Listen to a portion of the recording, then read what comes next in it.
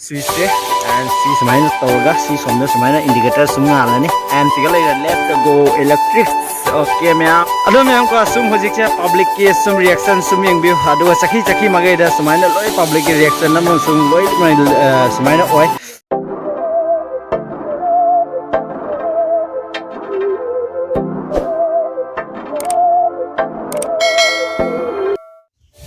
Hey ma'am, hojai mitai blog channel lenga sim ko mon na tram nok stream ma'am da ado ngasi se especially oi sum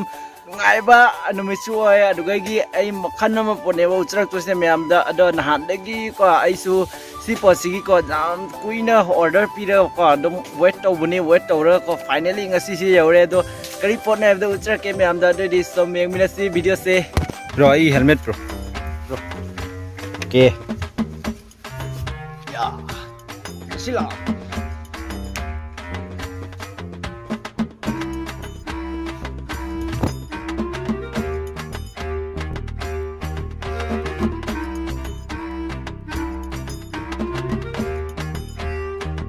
ma'am asi se especially aina habdo ma'am si sini ado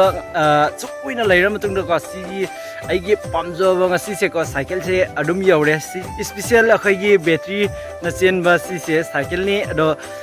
jamchina mamansu hapeti dum tang su dum lahore aduga ngasi se ko su tra ke review adum yang minasi kamai tawni tawre ba do adum ma'am do di speed chu kari su no utra ke adum yang minasi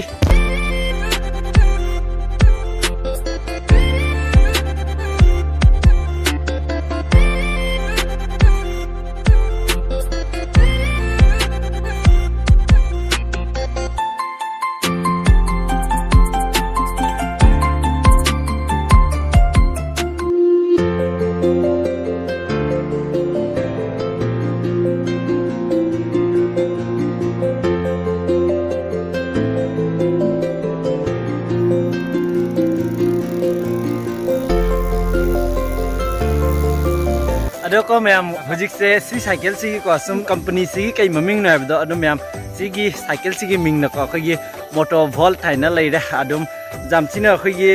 nauna su tholak pa podam ni si se aduga sum available sum gi hujai da su nauna dum dealer se sum leire ado sigai gi targa isu dum pro lobuni sigai adum dodi ma'am ado kadi features yauri aduga makhan atai kari mong da lei te jaw de da ma'am da sum tra ke adum yeng minasi ado ko ma'am sigalai let's go electric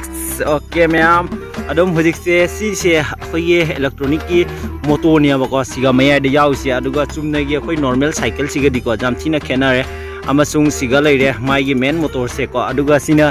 khoi gi tubeless tire ni si sina khoi gi chumna khoi bike ta hojikan da chatnari ba tire do ni si se khoi gi manung da tube yaw do bi tire ni and duga somda ko si sina khoi gi maningum da lei sina ko backlight lei re ado si se backlight che ko me backlight che amtang brake amta pharo enge brake amta pharo okay ma'am somda sum hojik se light chung ale and indicator so si su indicator left right ki indicator am su yaw re ado left right ki indicator sina ma'am si lei re switch se and si sumaina torga si somda sumaina indicator sum ngalani and right ki na somda lei re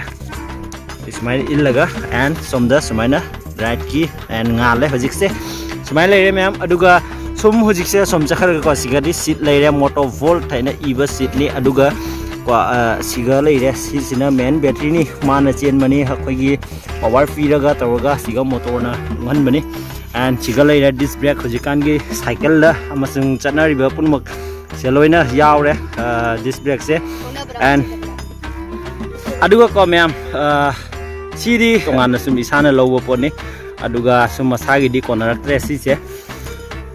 ado ma'am ko sum hojik che public ke sum reaction sum yeng bi aduga chaki magai da sumaina loi public reaction nam sum loi sumaina oi and dum jamchina harawi amasung jamchina su nungai ko aduga tawon munung da chakhra gadi ko sum makhan ge sumaina reaction ubo phange adam ma'am da ai sum tawon da chalaga di ko asi puraga dum ma'am da reaction su muchra kani adum yengminasi ado ko ma'am si se pedal mode na su dum thobu yai ko chain su sumai lei de and at this sum normal cycle tawna ni aduga ꯈꯤꯇꯪ features ꯈꯔ ꯇꯣꯉꯥꯟꯕ ꯍꯥꯏꯕꯨ ꯑꯁꯤ motor hub ꯑꯃ ꯌꯥꯎꯔꯦ ꯑꯗꯨꯒ ꯁꯨꯝ ꯑꯩꯈꯣꯏꯒꯤ ꯕꯦꯇ꯭ꯔꯤ ꯑꯃ ꯌꯥꯎꯔꯦ ꯁꯤꯒ ꯑꯗꯨꯒ ꯃꯌꯥꯝ ꯁꯤꯅ ꯐ꯭ꯔꯣꯟꯒꯤ ꯂꯥꯏꯠꯅꯤ ꯑꯩꯈꯣꯏ ꯅꯨꯡꯗꯥꯡꯗ ꯅꯥꯏꯠꯇ ꯌꯥꯝ ꯊꯤꯅ ꯅꯨꯡꯉꯥꯏꯕ ꯄꯣꯠ ꯑꯃꯅꯤ ꯁꯤꯁꯦ ꯅꯨꯡꯗꯥꯡꯗ ꯊꯧꯕꯗ ꯑꯦꯟ ꯁꯣꯝꯗ ꯍꯧꯖꯤꯛꯁꯦ ꯁꯨꯝ ꯆꯠꯈ꯭ꯔꯒꯀꯣ ꯁꯤꯒ ꯃꯦꯟ ꯑꯩꯈꯣꯏꯒꯤ ꯗꯤꯁꯄ꯭ꯂꯦ ꯑꯃꯁꯨ ꯁꯣꯝꯗ ꯌꯥꯎꯔꯦ ꯁꯨꯃꯥꯏꯅ ꯂꯩꯔꯦ ꯗꯤꯁꯄ꯭ꯂꯦꯁꯦ ꯑꯦꯟ ꯃꯌꯥꯝ ꯍꯧꯖꯤꯛꯁꯦꯀꯣ ꯃꯈꯜ ꯑꯇꯩꯁꯨ ꯚꯦꯔꯥꯏꯇꯤꯁ ꯁꯨꯝ ꯌꯥꯎꯔꯤ ꯑꯁꯤꯒ ꯂꯣꯏꯅꯅꯀꯣ ꯃꯅꯨꯡꯗ ꯁꯨꯝ ꯑꯩꯈꯣꯏꯒꯤ GPS ꯌꯥꯎꯔꯦ ꯑꯦꯟ ꯕ꯭ꯂꯨꯇꯨꯠꯁꯨ ꯁꯨꯝ ꯌꯥꯎꯔꯦ ꯑꯗꯨꯒ ꯁ꯭ꯄꯤꯠꯀ ꯀꯣ ꯑꯦꯟ ꯄꯋꯥꯔ ꯃꯣꯗꯁꯨ ꯌꯨꯝ ꯌꯥꯎꯔꯦ ꯑꯗꯨꯒꯀꯣ ꯍꯧꯖꯤꯛꯁꯦ ꯑꯩꯅ ꯁꯨꯝ ꯄꯋꯥꯔ ꯃꯣꯗꯇ ꯑꯣꯟ ꯇꯧꯔꯒ ꯊꯧꯔꯒꯦꯅ ꯍꯥꯏꯔꯒꯗꯤꯀꯣ ꯁꯤꯁꯦ ꯍꯧꯖꯤꯛꯁꯦ ꯏꯀꯣ ꯃꯣꯗꯇ ꯂꯩꯔꯤ ꯏꯀꯣ ꯃꯣꯗꯁꯦ ꯑꯩꯈꯣꯏ ꯕꯦꯂꯦꯟꯁꯇ ꯁꯨꯝ ꯑꯩꯈꯣꯏ ꯕꯦꯇ꯭ꯔꯤ ꯕꯦꯀꯞꯇꯩ ꯀꯩꯗꯤ ꯑꯗꯨꯝ ꯄꯤꯅꯤ ꯁꯤ ꯃꯣꯗꯇ ꯊꯧꯔꯒꯗꯤꯀꯣ ꯑꯗꯨꯒ ꯄꯋꯥꯔ ꯃꯣꯗꯇ ꯊꯧꯔꯒꯅ ꯍꯧꯖꯤꯛ ꯄꯋꯥꯔꯁꯦ ꯁꯨꯃꯥꯏꯅ ꯑꯣꯟ ꯇꯧꯔꯅꯤ ꯑꯦꯟ ꯄꯋꯥꯔ ꯃꯣꯗꯁꯨ ꯁꯨꯝ ꯂꯥꯛꯑꯦ ꯍꯧꯖꯤꯛꯁꯦ ꯑꯗꯨꯒ ꯄꯋꯥꯔ ꯃꯣꯗꯇ ꯊꯧꯔꯒꯀꯣ ꯈꯤꯇꯪꯗꯤ ꯑꯩꯈꯣꯏꯒꯤ ꯃꯄꯥꯡꯒꯜ ꯑꯃꯁꯨ ꯑꯣꯏ ꯑꯗꯨꯒꯩꯗꯤ ꯖꯥꯡꯁꯨ ꯖꯥꯡꯁꯤꯜꯂꯤ ꯑꯦꯟ ꯕꯦꯇ꯭ꯔꯤꯗꯗꯤꯀꯣ ꯈꯤꯇꯪ ꯃꯥꯏꯂꯦꯖꯇꯤ ꯄꯤꯕ ꯈꯔ ꯋꯥꯠꯀꯗ꯭ꯔꯥꯅ ꯈꯜꯂꯤ ꯃꯌꯥꯝ ꯑꯗꯨꯒ ꯁꯤꯒ ꯍꯣꯔꯣꯟꯁꯨ ꯀꯣ ꯁꯨꯝ ꯌꯥꯎꯔꯤ ꯍꯣꯔꯣꯟꯁꯤꯅꯀꯣ ꯁꯨꯃꯥꯏꯅ ꯂꯩꯔꯦ ꯑꯗꯨꯒ ꯁ꯭ꯋꯤꯆꯁꯨ ꯁꯨꯃꯥꯏꯅ ꯂꯩꯔꯦ ꯃꯌꯥꯝ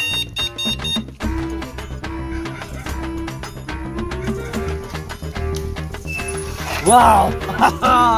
ꯃꯌꯥꯝꯗꯣ ꯀꯣ ꯁ꯭ꯄꯤꯗꯇꯤ ꯑꯗꯨꯝ ꯃꯌꯥꯝ ꯍꯧꯖꯤꯛꯁꯦ ꯑꯩ ꯊꯧꯔꯝꯃꯤꯁꯦꯀꯣ ꯄꯋꯥꯔ ꯃꯣꯗꯇ ꯑꯗꯨꯝ ꯊꯧꯕꯅꯤ ꯑꯦꯟ ꯁꯨꯝ ꯍꯧꯖꯤꯛꯁꯦ ꯁ꯭ꯄꯤꯗꯀꯤ ꯂꯤꯃꯤꯠ ꯑꯃ ꯃꯤꯇꯔꯗ ꯇꯧꯔꯒ ꯁꯨꯝ ꯎꯠꯆꯔꯛꯀꯦ ꯍꯧꯖꯤꯛꯁꯦꯀꯣ ꯑꯗꯣ ꯁ꯭ꯄꯤꯗꯁꯦ ꯀꯌꯥꯃꯨꯛ ꯂꯩꯌꯦꯅ ꯍꯥꯏꯕꯗ ꯄꯋꯥꯔ ꯃꯣꯗꯇꯅꯤ ꯑꯗꯨꯝ ꯎꯠꯆꯔꯛꯇꯣꯏꯁꯦ ꯃꯌꯥꯝ ꯑꯗꯨ ꯏꯀꯣ ꯃꯣꯗꯀꯤꯗꯤ ꯑꯗꯨꯝ ꯑꯩ ꯑꯗꯨꯝ ꯍꯥꯏꯔꯝꯃꯒꯦ ꯏꯀꯣ ꯃꯣꯗꯁꯦꯀꯣ ꯑꯗꯨꯝ 18-19 ꯁꯨꯃꯥꯏꯅ ꯁ꯭ꯄꯤꯗꯇ ꯑꯗꯨꯝ ꯆꯦꯜꯂꯤ ꯑꯗꯨꯒ ꯍꯧꯖꯤꯛꯁꯦ ꯄꯋꯥꯔ ꯃꯣꯗ ꯑꯣꯏꯔꯒꯗꯤꯀꯣ ꯁꯨꯝ 29 ꯑꯦꯄ꯭ꯔꯣꯛꯁ ꯑꯗꯨꯃꯥꯏꯅ ꯑꯣꯏꯅ ꯑꯗꯨꯝ ꯆꯦꯜꯂꯤ ꯑꯗꯨꯒ ꯀꯣ ꯂꯝꯕꯤꯒꯤ ꯈꯤꯇꯪ ꯃꯑꯣꯡ ꯆꯥꯗꯕꯁꯤꯅꯀꯣ ꯃꯌꯥꯝ ꯚꯤꯗꯤꯑꯣꯗꯤ ꯈꯤꯇꯪ ꯑꯩꯈꯣꯏꯒꯤ ꯅꯣꯝꯕ ꯈꯣꯠꯄ ꯑꯃ ꯁꯨꯃꯥꯏꯅ ꯑꯣꯏꯕꯖꯥ ꯑꯗꯨꯝ ꯑꯩ ꯎꯠ ꯌꯥꯕꯅ ꯁꯨꯝ ꯎꯠꯆꯔꯛꯀꯦ ꯑꯗꯨꯝ ꯌꯦꯡꯃꯤꯟꯅꯁꯤ ꯑꯗꯨꯒ ꯑꯦꯟ ꯍꯧꯖꯤꯛꯁꯦ ꯃꯌꯥꯝ ꯑꯗꯨꯒ ꯍꯧꯖꯤꯛꯁꯦ ꯁ꯭ꯇꯥꯔꯠ ꯇꯧꯔꯒꯦ okay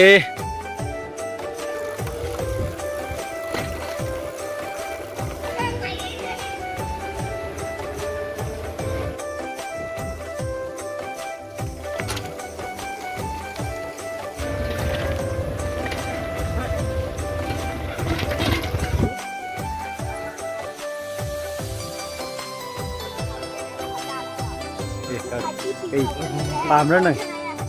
paham ra kata ke nang di paham ra hah paham cycle je wow nang di Yes wah ado mem ko hojik se si cycle si di ko ngam ya mam na ko dum anam da ko dum amana ta ni ba ko ado maman se khatang di high rate ti oi aduga ko oi bi matuina jamna sumai ne angang da di ko aduga pi ba se khatang ni risk ni aduna si gi 9-10 class ki oiba angang sing oidi dum yare si se pi ba dum thaba khot pa sum yarane adum jamthina dum useful ogadaba posagam ni nungsu nungai aduga ko mem ai si helmet du pise sum upani adum mem majeng mada khatang evening ama oina me na adum upani si se adum mem pise ko next dum uchake adum reaction khatang dum uchake mem sum yengsi ma'am को हजिक full सुमायने येंगदी को सुमायने लेरे सिनी cycle से को अदुगा जामना सो खोगी हाइफेटी दुम मीना येंगबदरी को name तक मालासु दुम चावरे जामना वांगे एंड सोमदा सुमायने लेरे सिसु अदुगा सोमदा सुमायने फ्रंट गिसु सुमायने लेरे एंड सिना हैंडल अमसुंग हैंडल से को सुमायने लेरे मैम अदुगा जामसिना नुंगाइगदबा मोंगने एइसु खोगी सिसे नहानदगी वेट तौना ngairapane bako si sumaina leire aduga si sina off on ne ise ko si se only for light ki ne ba si sumaina light ngan ngani and sini myam aduga ko si throttle hai ba po che si ne ba si po si ne leire cheli se myam adu sini myam si hek leiba gang chen grani and duga myam su dum comment dum haibiramo and pam de sa aduga si mong si gi model se ko mapan ondadi already puthok nan lojrabani aduga hujik se ko aisu kuire si mong se dum isana su isana haidi pamja ba hai tare simba se khitang aduga aisu kuina ngai ra matungda si po se lak na se phang bani engon su adu jam sina harauri aisu myam ado ko hujik se kai nang som nang test that tor yeng se onam nang di ning bra okay ya tor yeng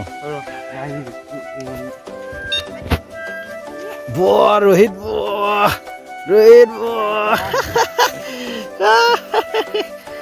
wah tam na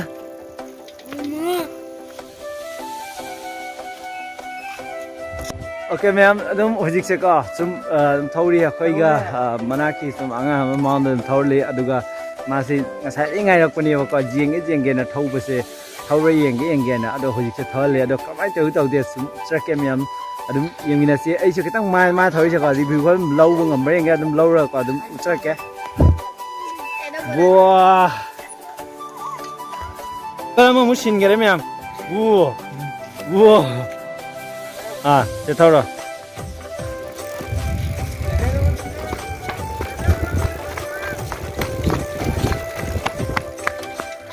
Dạ, nâng hồi trước kia là nâng thấu rồi cảm quan chia đi. Yam kan jeli sakit ke sisi matingin na di yam na sinu ngai. Wow. Ah. Cây, có mấy tôi? Thôn ngai. Thấu nuôi ra. Jadi le kali sang ado ni. Dạ. À, si eco mode đấy thì cái ý lệ của cái eco mode đấy thì power mode rồi đi nhé, power mode tao mình thâu dùng rồi. Ok, power mode này nó cái gì? Power mode sẽ nâng thâu dùng, hoặc là power mode ta cầm hay tàu cái dùng. Speed dùng, sẽ thâu dùng. Wow, kèm con lấy mềm dùng. Wow. Cái power mode cầm hay tàu. Giang nghe rồi. Ok, jadi cái duga sini mềm. Ada battery saya kau hujik saya ghat dum lay dia tu isu ghat ani khak ti ken kare aduga smile lay dia. Jadi night ki short ka dum trang ga me light che kya mu ngali amasung backlight kamai tauri indicator kamai tauri amasung dum trang ga me am da dum yeng si me am adu ka hujik se dum akhoi nung dhang da dum short ka low dia ba ko ado sini smile lay dia indicator amasung smile ngale aduga songi left right right ki pide ga smile ngale me am sini hujik se and duga ma'am ado hojik se ko aisu si video se solution jarage aduga next video da next blog to ino ma'am phangnar si adu interesting oi duni next blog ta su makhan gi ai reaction puthok nga maga dikar reaction ju kinam puthor ke uchra kani ado ngasi se ko fully adum utpanga me reaction ju khara ma adum hoi gi laikai gi ko ado side da su sumainai si available leina konti ba adu available leita bisna ko ma'am sum yengning ba pok pa hai tare si gi ada ma'am doi di sum si video solution jarage aduga next video dum phangna si doi di